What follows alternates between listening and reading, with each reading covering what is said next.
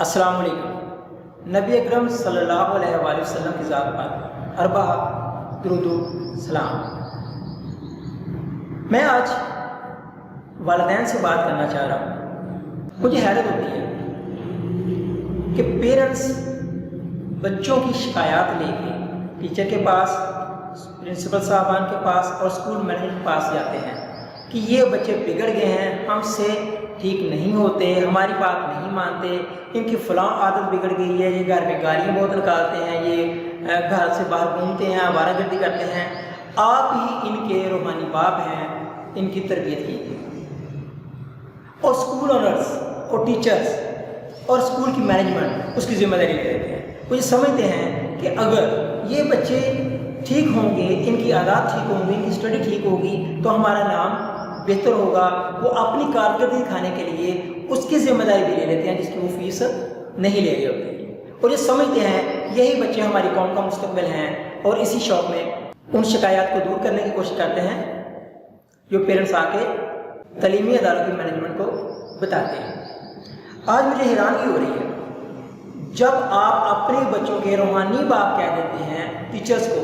कितने वालिदैन ऐसे हैं जिन्होंने स्कूल की मैनेजमेंट को, स्कूल के टीचर्स को या स्कूल के मुतलका अफराद को कॉल करके कही हो, सर आपका स्कूल बंद है, आपको फीसें नहीं आ रही है, परेशान ना हो, हम आपके साथ हैं। कितने लोगों ने फ़ीसें दी होंगी। वो सिर्फ ये बात करते हैं भाई बच्चे अगर नहीं भेज रहे तो फ़ीस क्यों दें, अच्छी बात है, अगर आप नहीं देना चाहते तो कोई बात नहीं है। तो लेकिन ये ज़रा ये तो सोचिए कि जिसको आप बच्चों का रूहानी बाप समझते हैं, उस्ताद को, जिसको समझते हैं कि ये बच्चे ठीक कर, सिर्फ उनके उस्ताद ही ठीक कर सकते हैं।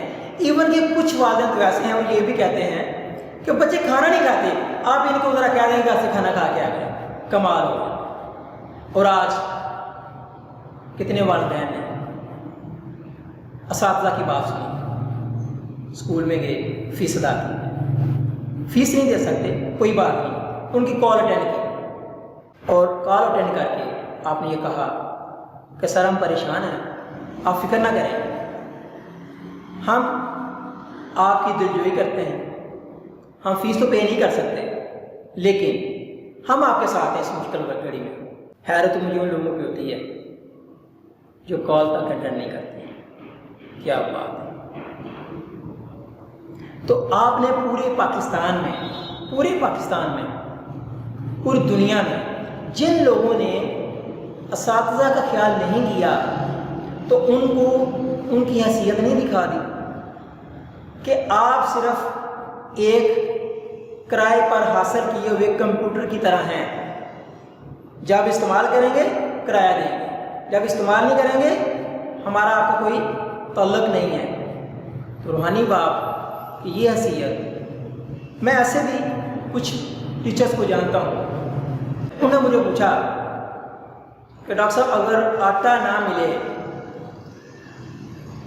तो हमें क्या करना चाहिए।